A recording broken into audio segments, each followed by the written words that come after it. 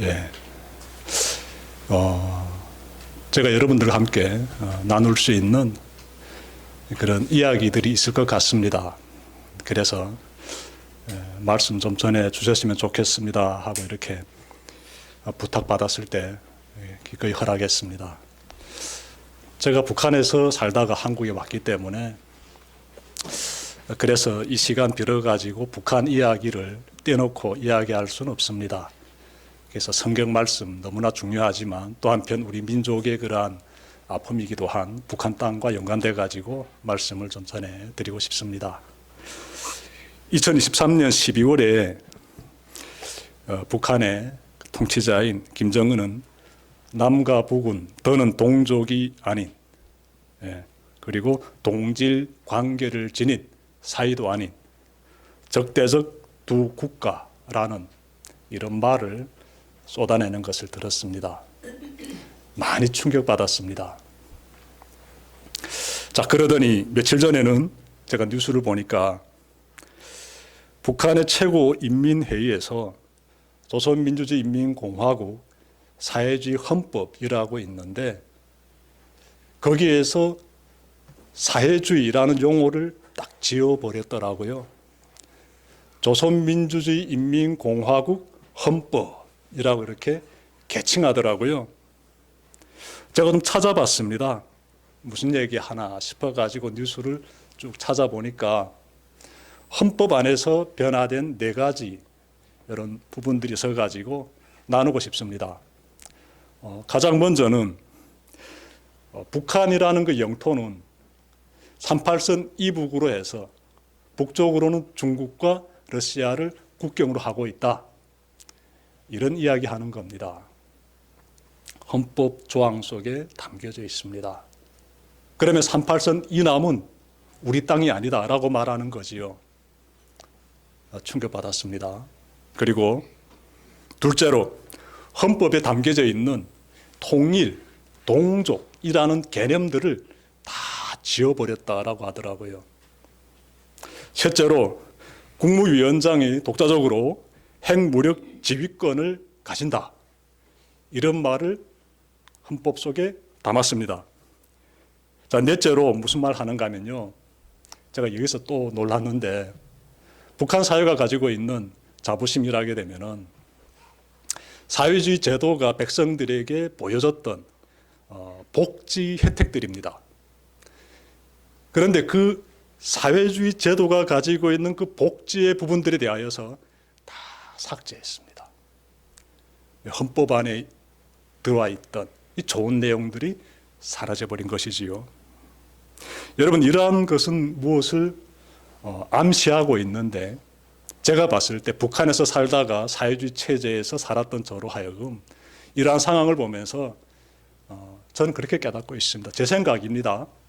맞는지 틀렸는지는 그건 잘 모르겠어요. 제 생각인데 북한 정권이 굉장히 위태롭구나.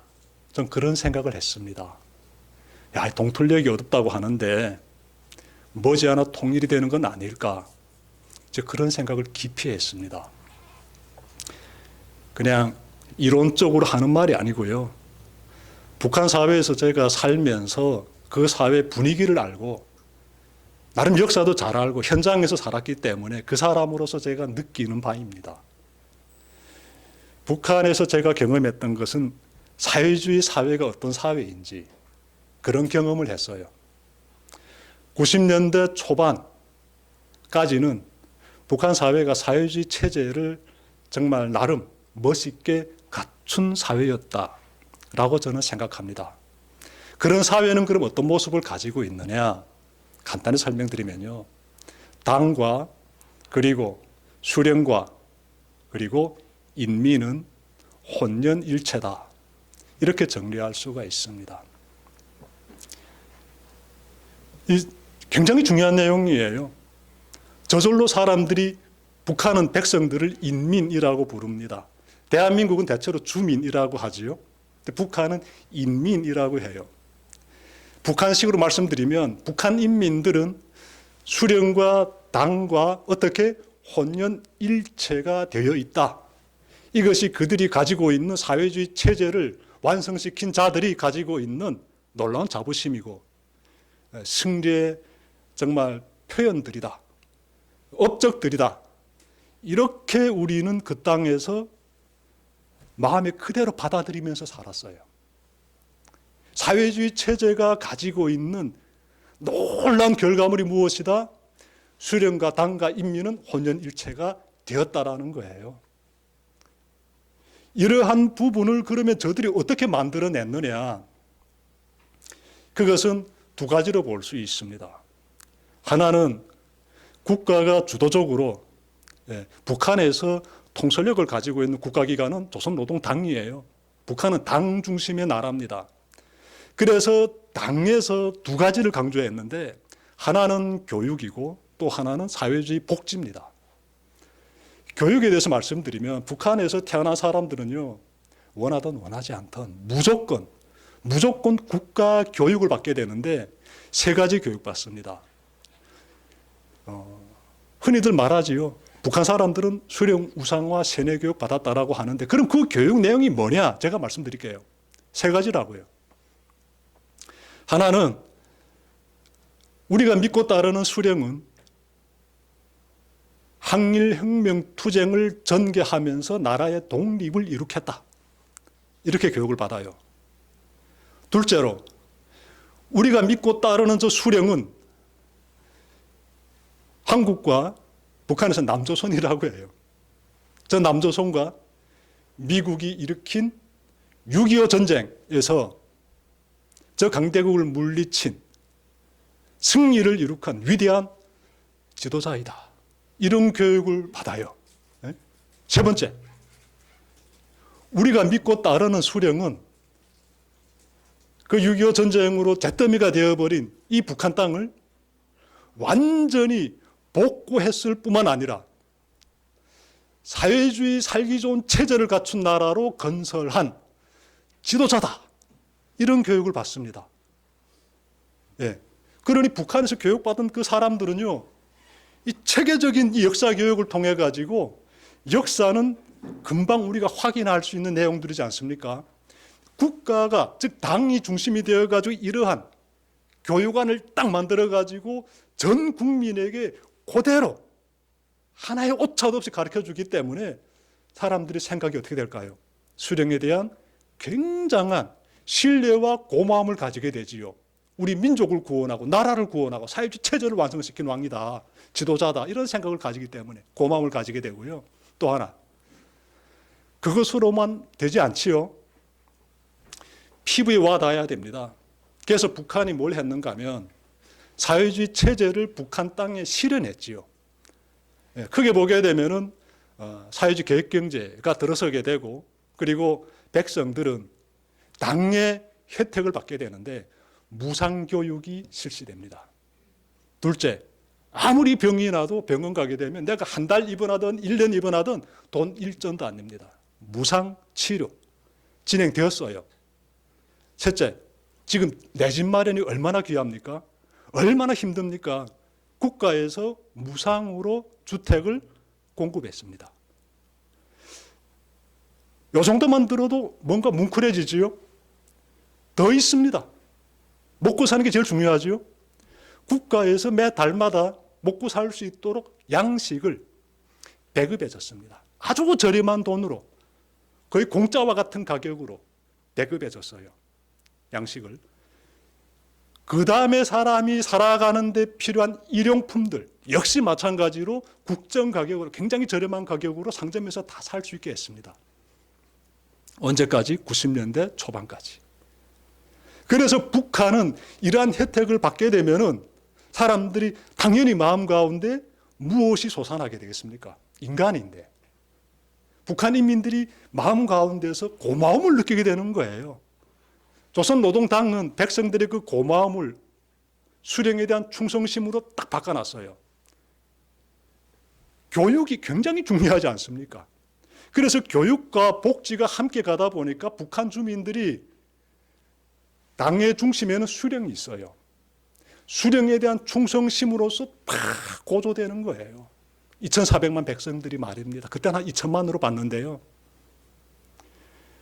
그래서 그 사람들이 우리는 당과 수령 그 가운데 혼연일체를 이루고 있다라면서 백성들이, 북한 인민들이 자부심을 가졌어요. 자부심을 가져. 이거 현실입니다. 이거는 제가 북한을 찬양하는 얘기가 아니라고요. 북한 사회를 좀 알았으면 좋겠다라고 제가 말씀드리는 거예요. 그러한 북한 사회였는데 사회주의 체제에서 아름다운 것을 만들어내고 경험한 북한 사람들인데 김정은이가 지금 사회주의란 용어를 지워버렸잖아요. 예? 그러니 북한이 굉장히 지금 변화된 거예요. 왜 지워버렸을까요? 지워버릴 수밖에 없는 이유가 있지요. 90년대 중반, 그때부터 북한에서는 수령과 당과 인민의 혼연일체의 균열이 가기 시작했어요. 이 건물에 균열 생기게 되면 굉장히 위태로워지지요. 그 균열이 90년대 중반에 북한에서 생겨버렸어요. 저 그때 20몇 살입니다. 20대예요. 잘 알고 있습니다. 어떻게 나타났는가 하면 북한은 원래 수십 년째 미국의 경제 제재를 받고 있었어요. 그런데 거기에다가 덮친 격으로 정말 설상가상이지요. 동굴 아파가 무너져 버렸어요. 소련이 붕괴되었어요. 자, 거기서 그치지 않아요. 농사 짓게 되면 이게 자꾸 흉년이 되는 거예요. 가뭄이 닥치고 아니면 막 홍수가 쏟아져 가지고 작물을 휩쓸어 버리고, 그러자 국가가 백성들에게 배급을 중단하게 됩니다. 언제? 95년도 그때. 94년도에도 배급 중단이 이어지지만 95년도에는 일절 배급이 전국적으로 다 수도비 되어 버렸습니다. 그럼 사람들이 뭘 먹고 삽니까? 굶어 죽게 되는 거예요. 굶어 죽게 되는 거예요. 여러분도 굶어 죽는다는 건 뭔 줄 압니까? 그대로 그 사회가 지옥이 되어 버리는 거예요. 사람이 면역이 떨어져 가지고요, 금방 죽더라고요. 그냥 병 걸려도 그 병이 심해져 가지고, 면역이 강하면 병을 물리치면서 회복이 되는데 면역이 약한 사람들, 굶주린 사람들 어떻게 삽니까? 그래서 막 사람들이 죽어가는 거예요. 몇 명이나 죽었는가?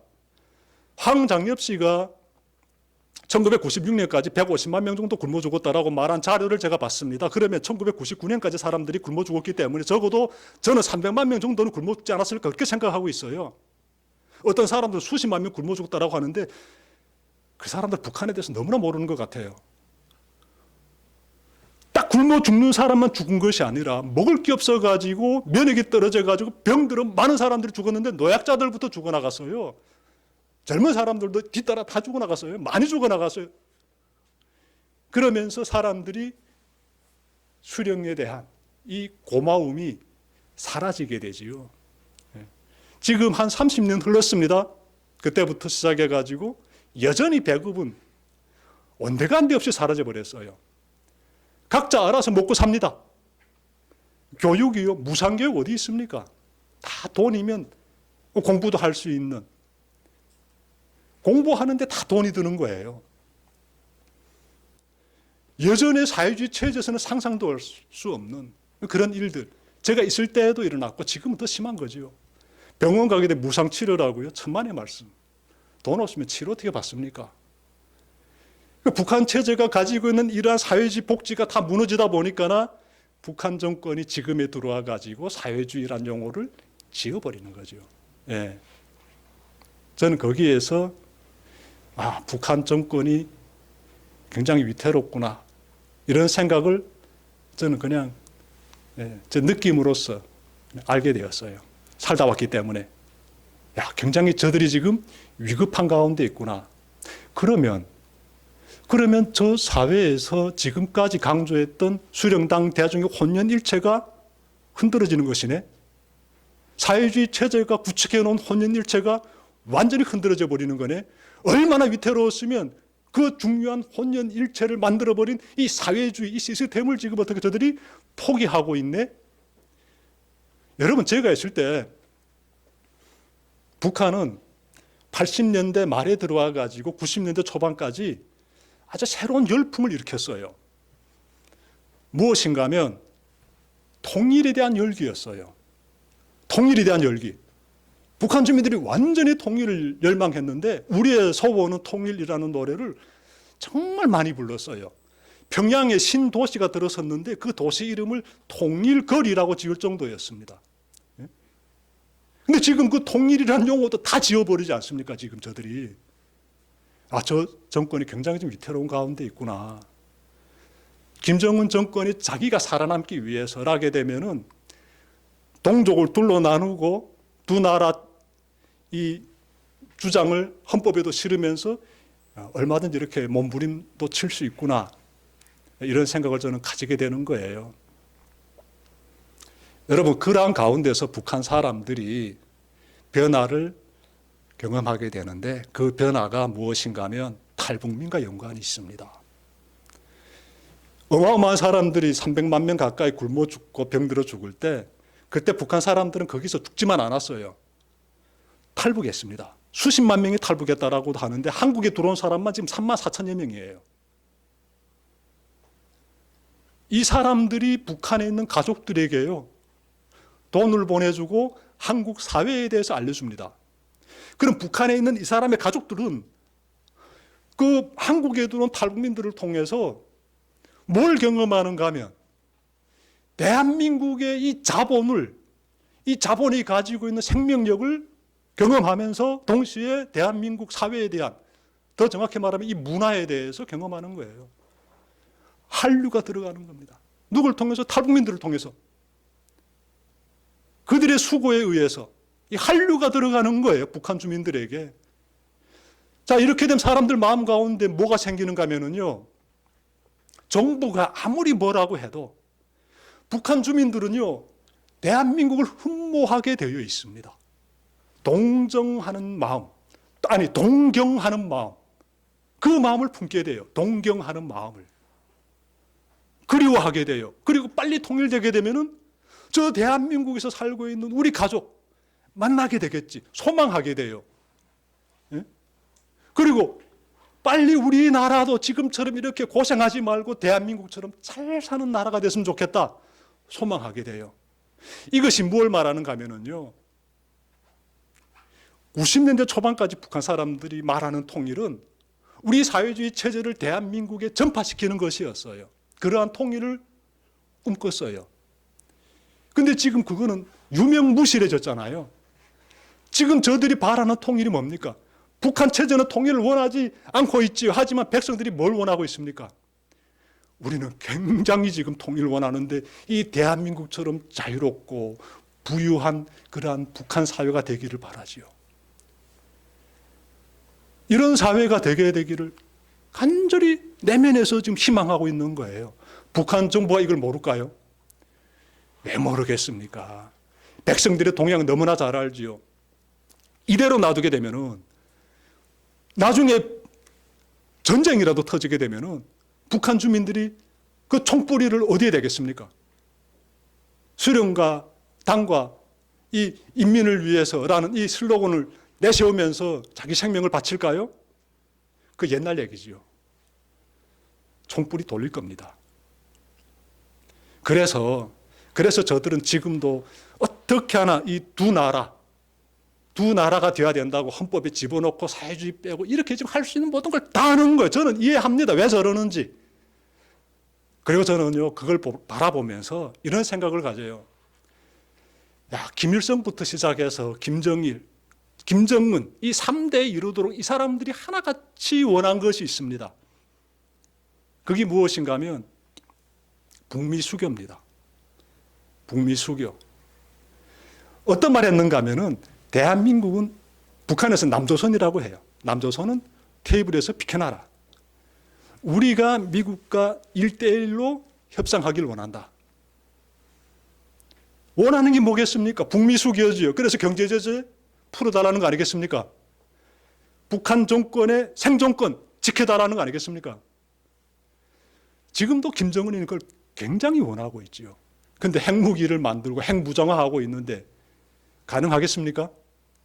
굉장히 지금 현실 보게 되면은 어둡고 절망적이지만 저는 솔직히 굉장히 지금 동틀대기 어둡다고 굉장히 지금 머지않아 뭔가 사변이 일어나겠다 좀 그렇게 생각하고 있습니다.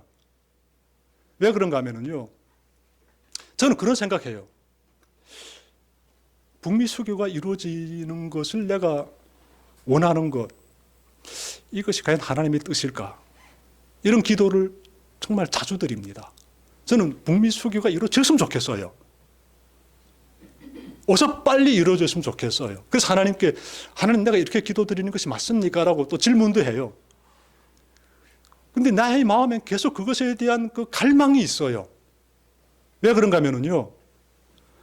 아니, 미국이라는 나라가 기독교 정신을 가지고 있는 나라예요. 미국의 선교사들이 이 땅에 들어와가지고 교회를 어마어마하게 세웠습니다.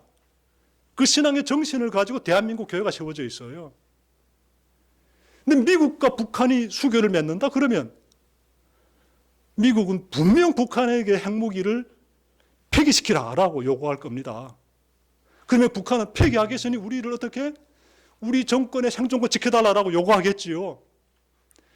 저는 그러한 가운데서 협상이 이루어진다면은 저 북한 땅에 중국과 같은 그런 종교가 들어갈 수 있는 길이 열리지 않을까. 중국에 3자 교회들 있지요. 그것처럼 북한에도 여러 곳에 교회들이 세워지게 되지 않을까. 일은 그렇게 열리는 것이 아닐까.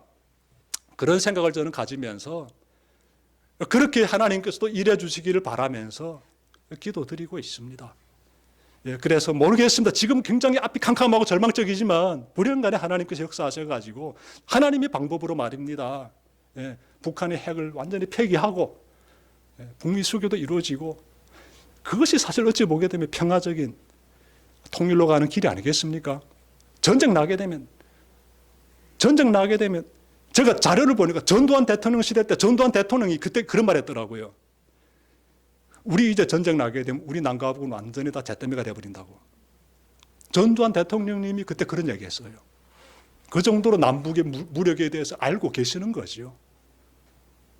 저는 그래서 평화로 갈 수 있는 길을 소망하면서 그런 바람도 가지는데요. 그러면 이런 질문도 드리고 싶어요. 우리 하나님은 살아계시는 분이고 하나님은 계속 일하고 계시지 않습니까? 인간들은 낙심 가운데 주저앉으면서 그럴 수 있을지 모르겠지만 하나님은 아니잖아요. 하나님은 일하시지 않아요. 전 하나님이 지금도 이 남과 북의 현실 가운데서 뚜렷하게 일하고 계신다라고 저는 믿습니다. 어떻게 일하시느냐? 저 북한 땅의 복음 통일의 길을 지금 하나님께서 만들고 계신다. 저는 그렇게 믿고 있는 사람이에요. 언제부터? 예전부터 그렇게 일하고 계신다라고 저는 믿고 있습니다. 전 성경 보게 되면 하나님께서 출애굽시킨 그 백성들의 역사 봤을 때 그 민족을 구원하시기 위해서 모세 한 사람을 쫙 준비시키시는데 80년 시간을 사용하시더라고요. 우리 관점에서 봤을 때 남북의 아픔이 왜 아직까지 해결 안 됩니까? 라고 생각할지 모르겠지만 하나님은 그렇게 일하시지 않지요. 하나님의 방법대로 일하시지요. 그럼 증인들이 있느냐? 누굴까요? 하나님이 북한의 복음 통일의 대로를 만들고 가신다는 증인들이 바로 탈북민들이에요. 그들을 보게 되면은 하나님이 지금 남과 북의 이 복음 통일의 대로를 어떻게 만들고 가시는지를 금방 느낄 수 있습니다. 완고한 북한 땅에서 완전히 세뇌 교육 받은 사람들, 그리고 주체 사상이란 걸 가지고 있는 사람들, 무기화된 사람들, 그 사람들이 하나님을 믿는다는 건 거의 기적들입니다. 쉽지 않은 일이에요. 진심으로 믿는다는 거, 믿는 척하는 거하고 진짜 믿는 거하고는 달라요. 근데 진짜 믿는다는 건 굉장히 기적적인 역사들이에요. 거기에서 하나님께서 길을 내고 계심을 저는 알고 있고요. 저도 그 부분에 대해서 증언할 수 있는 한 사람입니다. 제가 주어진 시간이 있기 때문에 간단간단 말씀드리고 혹시 시간이 좀 모자랄 것 같으면 어쩔 수 없으면 마무리하도록 하겠습니다. 그 뒤에서 표시만 사인만 주십시오. 여러분, 제가 왜 이렇게 말씀드릴 수 있는가 하면 사실 저는 북한에서 탈북할 때 굶주려 가지고 탈북했어요. 굶주려 가지고. 저는 뭐 좋은 집에서 권력을 가지고 살았던 사람도 아니에요. 출신 성분이 안 좋은 집안에서 태어나다 보니까 저희 외할아버지가 기독교인이에요, 북한에서. 거기에다가 조만식 선생님과 함께 평양에서 일하면서 산업국에서 간부로 일했어요. 그리고 북한에서 그 김정은이 다녔던 학교에서 교사로 일했어요. 그러다가 종파 자녀분자에 엮여가지고 평양에서 다 이렇게 지방으로 소개된 사람들이 저희 외현이고요. 저희 아버지는 전라도 사람이에요. 일제시대 때 농사짓기 위해서 만주로 갔다가 문화대혁명 시대 때 자기 형님을 찾기 위해서 북한에 들어온 분이 저희 아버지예요. 그러면 북한에 들어서 형님과 만났으면 참 좋겠는데 형님이 행방불명됐네요. 북한 토대에서 행방불명된 사람은 토대가 안 좋은 사람으로 취급합니다. 중국에서 왔지, 고향이 전라도지, 그리고 또 큰아버지는 행방불명자지, 외현은 외현대로 기독교인 집안이고 종파에 엮여 있지, 적대분자 계층에 들어갑니다. 그러니 이런 집안 사람이 고난행군 시대 때 얼마나 고생했겠습니까? 가지고 있는 게 아무것도 없는 사람들인데, 감시 대상인데, 그래서 굶어 죽지 못해서 도망간 건넜어요. 가족을 살려야 되니까. 그렇게 살다가 또 붙잡혀가지고 다시 중국에 끌려갔다가, 중국에서 북한으로 북송됐다가 북한에서 다시 그 어랑촌에 있는 강제노동 단련대에서 탈출해가지고 또 다시 또 제가 중국에 들어왔다가 또 하나님 은혜로 한국까지 왔어요. 그때가 어느 때인가 하면 2004년 1월이에요. 한국에 와가지고 좀 살만했는데 자유롭게 동생이 전화 와가지고 저게 굉장히 잘생기고 사랑스럽고 착한 애가 하나 있는데 제 남동생이에요. 근데 중국에 있을 때 늘 그 아이와 함께 있었어요. 근데 이 아이와 갈라지게 되고 서로 행방을 모르다가 한국 온 다음에 제가 알게 됐어요. 전화 왔는데 형님 나 지금 중국에 있다고. 너무 기뻐가지고 한국으로 출발시켰습니다. 브로콜리 세워가지고. 근데 붙잡혔네요. 일행 9명이 통짜로 붙잡혀가지고 북한에 끌려갔습니다. 근데 동생 출발시킬 때 제가 성경책을 꼭 짐속에 넣으라고 했어요. 이 얘기 간증하자면 또 시간이 깁니다. 넘어갈게요, 그냥. 그래서 동생이 성경책을 가지고 그냥 북한 보위부까지 들어간 거예요. 중국에서 붙잡혔을 때 그 짐이 다 그대로 가거든요. 북한 보위부에서 증거물이 뭐 있습니까? 성경책이 나온 거예요. 그리고 일행 9명이 한국 가려고 하다가 베트남에서 붙잡혔어요. 대사관 앞에서. 이런 일을 딱 겪고 나니까 그때 제가 동생이 잘못됐다는 소식을 들었어요. 출발시킨 동생이. 그때 진짜 절망이라는 것이 얼마나 사람에게 지옥과 같은 고통을 주는지를 전 그때 알았어요. 이건 굶주려가지고 고통당하는 거, 뭐 신분 차별받고 고통당하는 거, 이런 건 사실 거기에 비하게 되면 괜찮은 거예요. 이겨낼 만한 거예요. 근데 내가 나서가지고 누군가를 죽음의 구덩이로 밀어 넣었다라면은, 와, 차라리 내가 죽었으면 좋겠더라고요.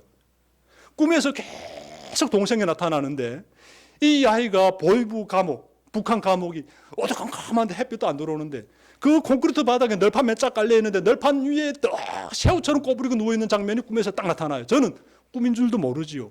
진짜로 생각하고 가슴 벌렁벌렁 떼가지고 눈 탁 뜨면 꿈인 거예요. 이런 현상이 매일 밤같이 반복되는 거예요. 나는 대한민국 왔는데 지금 생지옥을 경험하는 거지요. 동생으로 인하여서. 하나님 도대체 있는가 하고.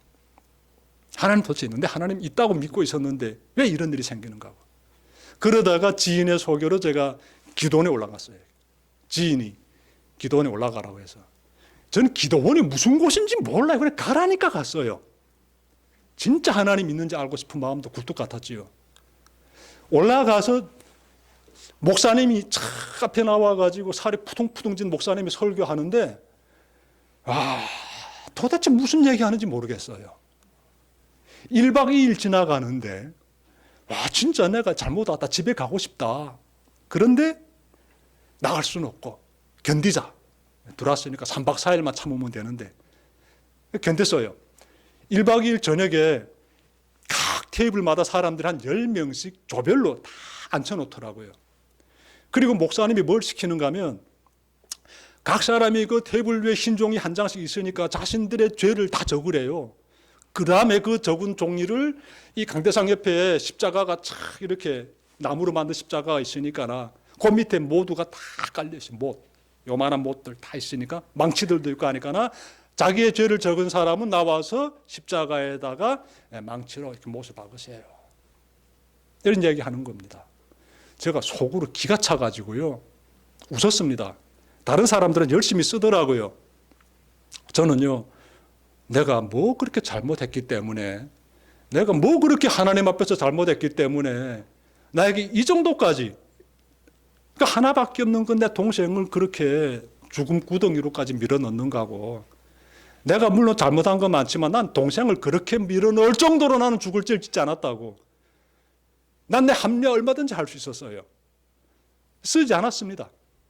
남들은 쓸 때. 근데 순간적으로 갑자기 그런 생각이 드는 거예요. 저희 아버지 먼저 돌아가셨거든요. 사람들 굶어 죽을 때 아버지가 잘 드시지 못해서 먼저 돌아가셨어요. 결핵으로. 그래서 아버지가 생각나가지고 아버지에게, 여러분 누구나 자식은 그런 것 같아요. 미안한 마음이 있더라고요. 미안한 마음. 그래서 정말 쫙 스쳐 지나가는 그 순간들. 그래서 그 미안한 마음으로 유서 쓰는 심정으로 아버지에게 편지 쓰는 마음으로 유서 쓰는 심정으로 쫙 글자를 썼어요. 그리고 나서 무릎을 딱 꿇었어요. 예. 사실 저는 아버지를 생각했어요. 목사님 말씀도 귀에 들어오지 않고, 뭐 전혀 이 오순절 사랑훈련학교 72기라는 프로그램에 참석했는데 전혀 저하고는 상관없는 것이고, 아버지에게 유서만 쓰고 딱 무릎 꿇었는데 어느 사람이 그새 먼저 나가가지고 십자가 앞에 나가가지고 모두로 빵 이렇게 종이를 박는 거예요. 근데 그 소리가 꽝 울리지 않습니까? 근데 그때 제가 순간 이상한 장면을 봤어요. 이상한 장면 봤어요. 하얀 거예요. 앞이 하얀 거예요. 그 기도원은요, 지하돼가지고 그렇게 환하지도 않아요. 하얀데 십자가가 보이고 예수가 거기에 못 박히는 모습이 보이고 피가 쏟아지고 이분이 부르짖는 소리가 들리는 거예요. 아 하고 부르짖는 소리. 그러니까 모두 빵 박히는 소리하고 예수가 부르짖는 소리하고 딱 그냥 딱 일치되면서 순간 장면이 확 보이는 거예요. 제가 어떻게 했는지 그다음부터는 저도 기억이 안 납니다. 그다음부터 전 정말 기억이 안 나요. 어마어마하게 제가 눈물 쏟았더라고요. 그런데 어떻게 알게 되었는가 하면 누군가 제 어깨를 살짝 스치더라고요. 이렇게. 그다음 딱 눈 떠 보니까는 한 남자가 저 십자가를 메고 쫙 나가고 뒤따라 거기 강당에 있었던 사람들, 그 사람들 꽤 많았어요. 최소한 100명 이상입니다. 그 사람들 줄 서서 나가는 거예요. 그러니까 제 옆에서 이렇게 저를 건드린 거예요. 일어나 나가자고. 그때 제가 딱 정신이 돌아왔어요. 와, 보니까 완전히 온몸이 눈물 천지고 정신이 없는 거예요. 제가 지금. 제가 뭘 했을까요? 이 종이를 딱 접어가지고 떼어나갔습니다. 십자가 맨 사람에게 나 이거 박아야 되겠습니다. 그랬더니 날 보더니 밖에 나가서 박아도 됩니다. 같이 나갑시다 그러더라고요. 그래서 밖에 나가서 그 십자가에 못 박은 종이를 다 모아가지고 불태우더라고요, 사람들이. 제가 쓴 종이도 불태워졌지요. 저 그때 예수님 만났습니다. 그리고 그 기도원에서 3박 4일 있으면서 제가 북한 사람들을 향한 그 하나님의 마음, 내가 뭘 해야 되겠는지 또 깨닫게 되었어요. 그래서 제가 신학대학 가게 되었습니다. 북한 사람들 주체 사상으로서 체계화된 사람들인데, 신념화한 사람들인데, 하나님에 대해서 적대감을 가지고 있는, 얼마든지 신에 대해서 비판적인 주장을 할 수 있는 사람들인데, 저들에게 복음을 전하기 위해서 신학대학 가야 되겠다. 하나님 내가 그쪽으로 가기를 원하시는구나라는 걸 제가 확실히 알게 되었습니다. 그래서 신학대학 들어가서 9년 동안 공부하게 되었어요. 학부, 신학대학원, 일반 대학원까지. 그리고 그 다니는 동안에 서울의 모 교회에서 탈북민 청년들을 만나고 섬기는 일을 했어요. 그러다가 2013년도에 하나님께서 교회를 개척해라고 이 마음을 주시는데 솔직히 순종했습니다. 저는 개척할 수 있는 용기가 없어요. 설명하자면 좀 길지만 얕은 시간에 거두절미하고 개척했습니다. 그리고 지금까지 왔어요. 제가 무슨 말씀 드립니까? 저도 하나님이 북한 땅에 대로를 만들어 가시는데 저도 그 중에 한 증인으로서 서 있다. 이 말씀 제가 드리는 거예요. 우리 하나님 계속 일하고 계십니다. 쉬지 않으십니다. 우리 탈북민들이 그 증인들이지요. 그 중에 여러분들도 증인들 아니겠습니까? 예? 하나님 북한을 향한 그 애절한 마음, 열심히 일하신 하나님의 그 열심, 나도 그 사역에 참여하고 싶고자 하는 그 마음이 있기 때문에 우리가 이 자리까지 나온 거 아니겠습니까?